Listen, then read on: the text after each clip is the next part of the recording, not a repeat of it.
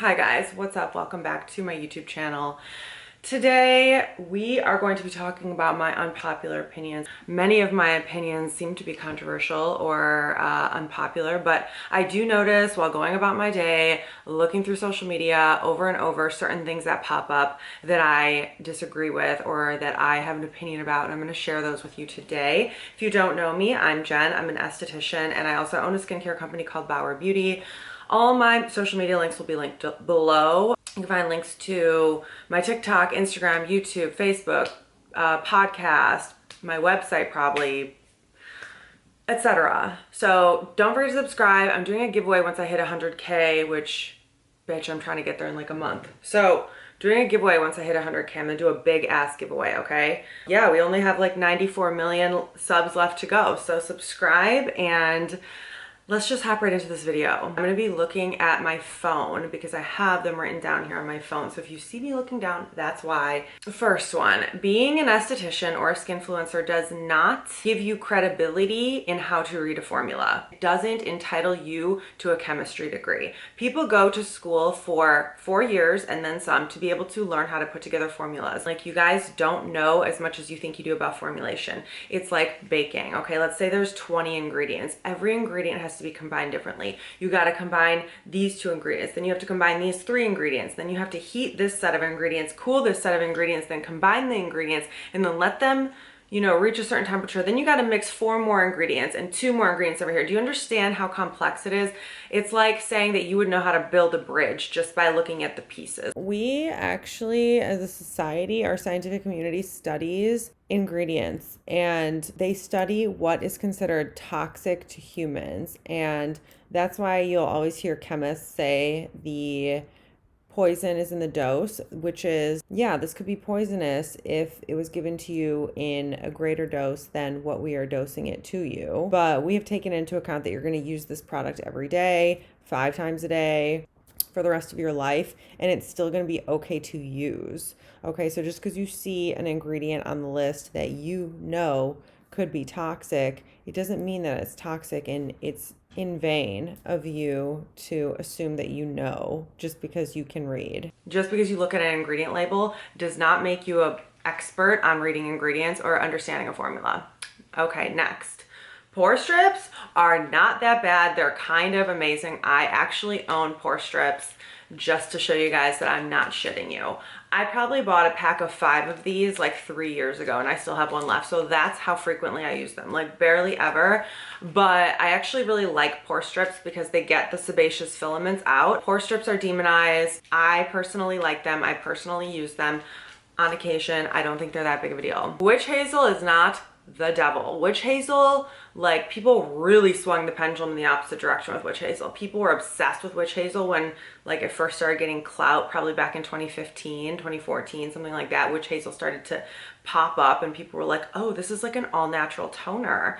And then we learned, like, oh, it's an astringent, it's really dry, it's not good for the skin, but people really swung the pendulum the opposite direction, and now witch hazel is demonized. And now it's like, let's come back center, guys. Like, witch hazel isn't the devil, okay? It could work for certain skin types, especially super oily skin types. If you have like really oily skin and especially if you're young, witch hazel might be a good alternative to you rather than like clean and clear blue astringent. That could be a good alternative for you. Also, witch hazel in formulas, again, to this thing with formulas, witch hazel in formulas can be a complementary ingredient and actually be really beneficial to the formula. I don't personally know how to formulate it, but I've tried formulas with witch hazel that I've liked that have not been drying. And then I've tried formulas with witch hazel that I've loathed, like the Fenty fat water. So it really just depends on the formula. Formulation is king. It depends on the chemist. It depends how they formulate it. Witch hazel is not, you can't say as a blanket statement, witch hazel is bad. Trigger warnings are getting a little out of hand. Like, when did we decide as a society that being triggered was a bad freaking thing? Has anyone ever heard that statement, triggers are your teachers? Like, Triggers are your fucking teachers. Being triggered, a lot of times, like I'm triggered by all of these things I mentioned, for example. Therefore, like that's a good thing because now I get to talk about them. Being triggered isn't always a bad thing. We're so like sensitive right now about like being, oh my God, don't trigger, or trigger warning this, trigger warning that. Like maybe you need to be triggered in order to purge whatever's hurting you or to purge whatever's in your subconscious mind. Not saying there's not a place for trigger warnings. There is. Like there can be a place for trigger warnings, like especially if it's a visual, like, you know, if like you have a seizure warning or something like that. But in general, the trigger warnings have gone too far to mean anything and everything that could be offensive to anyone. And it's like, maybe you should be offended, because that's how we grow as a society, is to get offended. That's how we learn and progress. Trigger warnings, gotta go. Spatulas can suck it. Spatulas are so annoying. They come with like cleansing balms or sometimes moisturizers, and honestly they're just kind of like total waste. Think of all that plastic. Let's say they sell like 100,000 units, right? And then you get 100,000 of these plastic things. It's just like all of those are going in the trash. For me, I don't use spatulas, even if they're magnetic. Like Drunk Elephant makes a cleansing balm with a spatula that's magnetic, and that's actually really nice. But if you think that that's actually more clean than just reusing your finger, like you're gonna have to use alcohol to wipe down your spatula after every single use in order to keep it as clean as possible. That's just not sustainable for me. I will use my fingers to take my cleansing balm out of my container, or my moisturizer out of my container. Unit cartons are a complete waste, and they're actually really starting to bother me. Unit cartons, just because the amount of PR that I get, I see like the amount of unit cartons I get. 99% of companies use unit cartons. If you don't know what a unit carton is, it's the actual box that the product comes in. Unit cartons are partially there to protect the product, but then the other part of it is to market the product as well. Like, look at how much marketing is on here. The reason I still have this unit carton is because these are little ampules, and so this is the way that I store them. They're like little glass ampules. But most of the time, the unit cartons, I have 5,000 skincare products. I've thrown 5,000 boxes right in the recycling. That's why I personally don't use unit cartons. I did think about it originally, but not only do they cost more, but they're totally useless in my opinion. Sometimes it's like, yes, it's for protection, but why can't you just use bubble wrap or something more sustainable? Also, like, because they're in boxes, sometimes it makes it easier to ship, but sometimes it's actually harder to ship because the boxes have to take up specific, you know, space, like a very specific space, versus if you just had them in bubble wrap, they would just you'd be able to fit so many more units in a box, and so it would cut down on shipping cost and waste as well. It's not just the cost, it's the efficiency, right? Because we're always thinking about sustainability. They're wasteful, they're useless, and I hope they eventually go out of style. Watching everyone put their SPF in their teaspoons, it's so cringy. Like the 3-finger method or the teaspoon method, like, can we move on from that? It's over, okay? We get it. We're inundated by it. It's over. Let's move past it. We know how much sunscreen to use. Drinking water does help acne, and it does improve your skin, but that is actually against what the scientific evidence says, correct? Because we don't have scientific evidence to support that statement. However, anecdotally, it clears up my skin and it helps me keep focused on my task, which is to clear up my skin. So whether it's placebo or whatever it is, drinking water helps me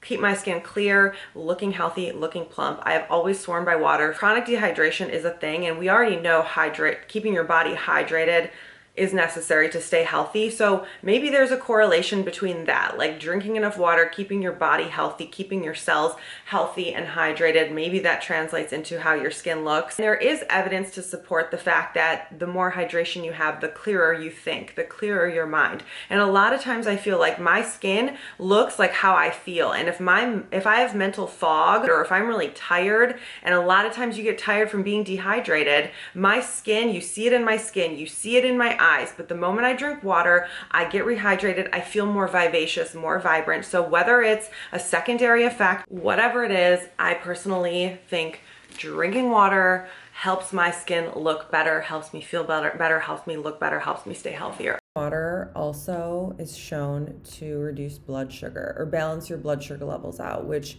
balances your hormones out, which reduces your oil production, which yeah, you see where I'm going with this. But last but not least, meditation does actually help with hormonal acne, and I will tell you why. Because a lot of times hormonal acne is caused by, well, hormones, which are affected by stress. And your stress is sometimes unconscious or subconscious. Sometimes you have suppressed things throughout your life that you don't even know, that you're not even aware of. And the only way that you can become aware of these things is by meditation. Also, if you are stressed out and you have acne, meditating will lower your stress levels, lower your cortisol levels, and therefore helping to reduce your breakouts. And now, not everyone is going to be able to subscribe to this, but this actually did work for me, and it does work for other people out there, and that's why people say it. Meditation can help with acne. My camera's dying, the lighting is crazy. I'm just trying to get this video over with because my camera's dying right now. Yeah, so that's why I say meditation does help. I do recommend meditation if people are breaking out and they don't know where the breakouts are coming from, especially if you're, I would say, in your 20s, because a lot of times in your 20s, you're going through a quarter life crisis. Your frontal lobe has fully developed. You go through a lot in childhood. No one has a perfect childhood. And a lot of times, like when we're in our 20s, we start to fully realize we, as a fully formed human, now we're in the real world. We've graduated college. We're like, oh my God, the world didn't just bow down to me. As soon as I graduated college, I'm not making 100,000. It's like a lot of us go through a quarter life crisis between 25 and 30 with the stress of turning 30 and not knowing what to do with our lives and realizing like, wow, this is way harder than I thought it was going to be. I'm not where I thought I'd be. I'm not a millionaire by 30, etc. Like, there's so much existential stress that we face in our 20s that yes, I do think meditation helps at least a percentage, at least 1% for every single person, to the extent that it'll help your acne. Some people will cure it completely eventually. Like for me, meditation was what led me to my cure eventually, but I think it could help everyone, like I said, at least 1%. So it's not bullshit. It's not like, you know, snake oil science. There is a lot to it. So meditation helps you realize what's in your subconscious mind. And a lot of times what's in your subconscious mind is what's causing stress. It's your thought patterns. It's your behavior patterns. It's who you have grown into as an adult. Meditation helps with that, and that curing that and figuring that out helps with acne. Whatever, that's my opinion. And those are all my unpopular opinions for today. I hope you guys enjoyed this video. Definitely don't forget to subscribe, and I'll see you in my next video. Bye.